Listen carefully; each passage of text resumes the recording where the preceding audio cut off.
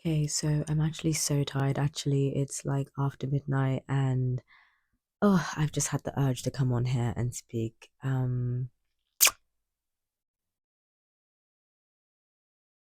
It's been a really intense week in a beautiful way.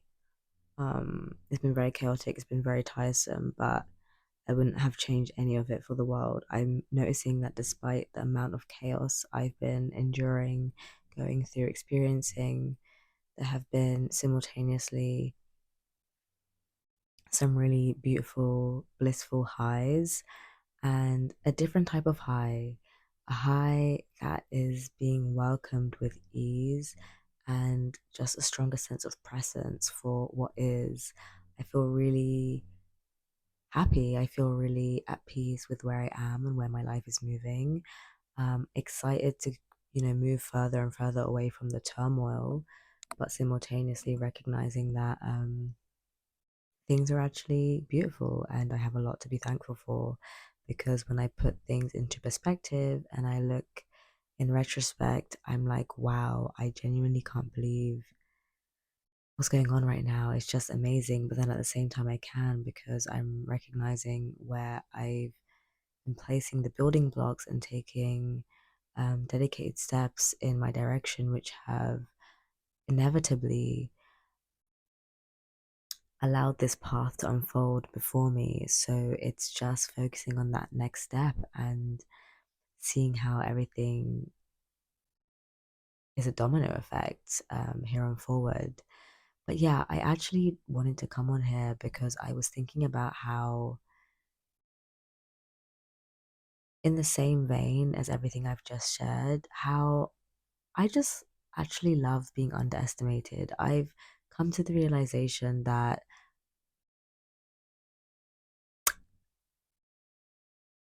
could I say it's a kink? I'm not sure.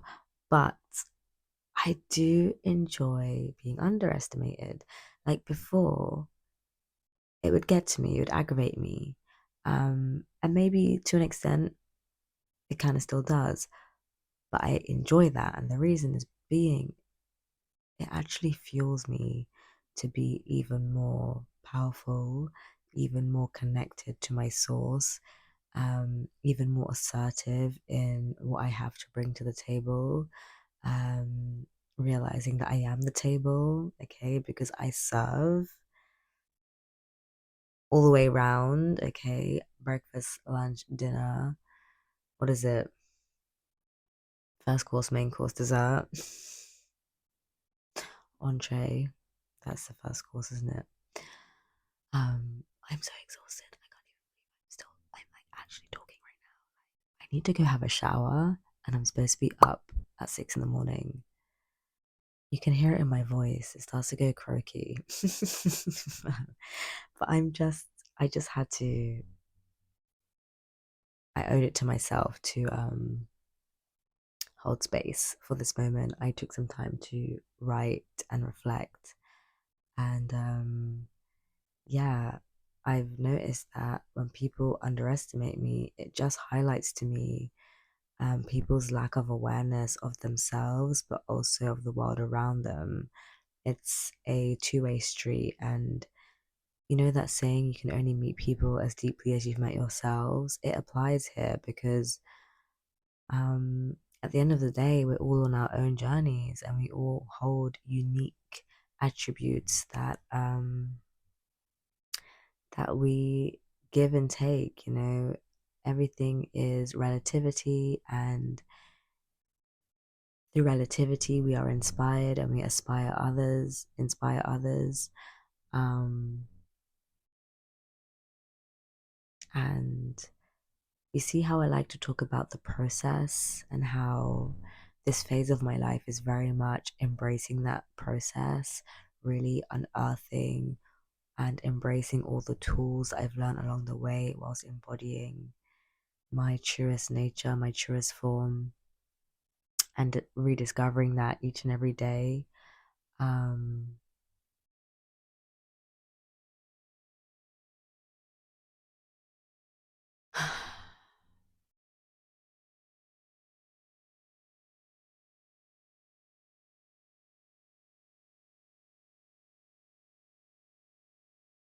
sitting in presence, sitting in essence of becoming, the process is where the juice is at, where it all happens.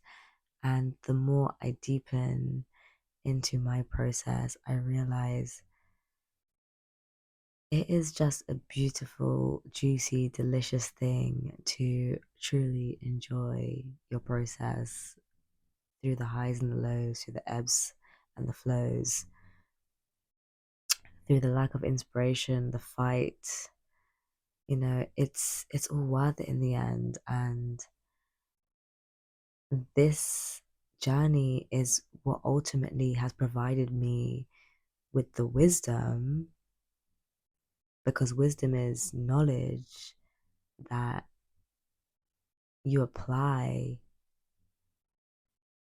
based on past experiences.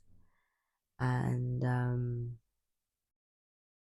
the wisdom is people can look at me and think what they want, and they will always think what they want, irrespective of how I show up, irrespective of my values and how aligned I may be with myself and my core. People will always be viewing me from their internal projections. And if that's going to be the case, then I may as well just live how I please.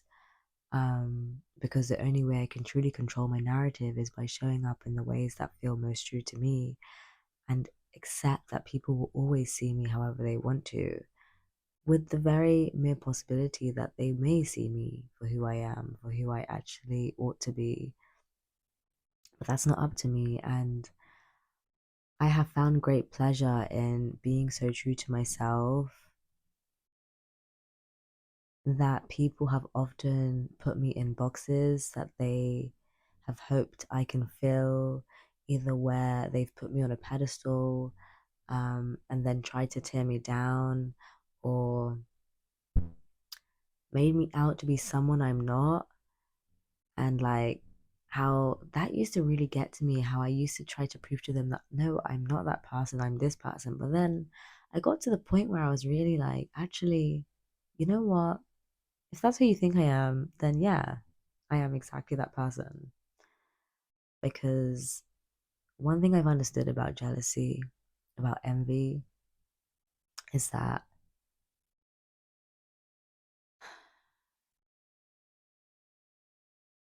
the only thing it's attracted to is real joy, real happiness. It's not attracted to what you have or don't have, it's attracted to your peace of mind. And I've had to realize that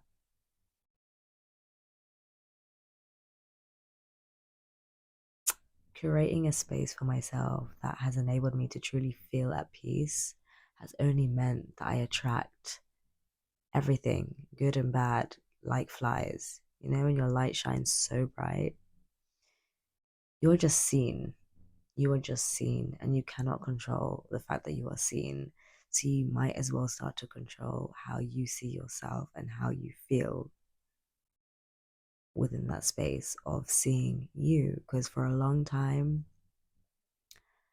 I didn't even want to look at me. That was a time of my life where I didn't even want to see me. And wow,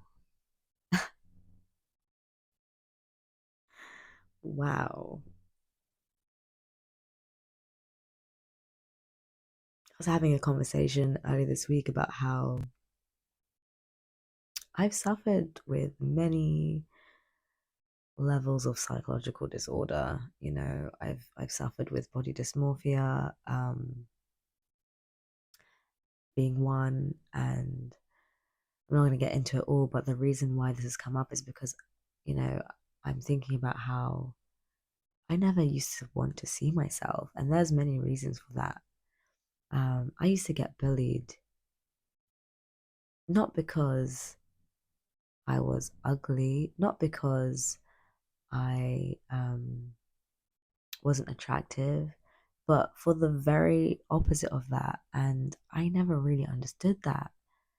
I just knew that people would talk about me, make comments about me, and harass me physically, emotionally, in ways that just were not okay. And impacted me in such a way that I was like, actually, I don't want anyone to see me, even if I think I look good in my own space behind closed doors. And now I'm just like, who the fuck are you? I'm gonna start embracing my sexiness for all of you guys to see because you know what? Fuck y'all. Fuck y'all.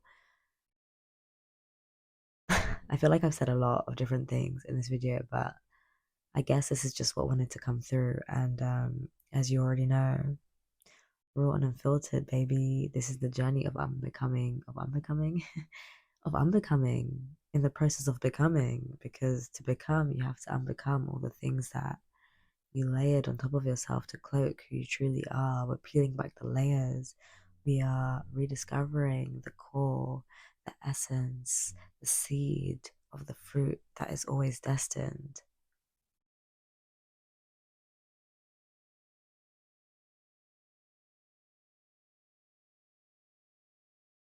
And I'm going to leave it there until the next video.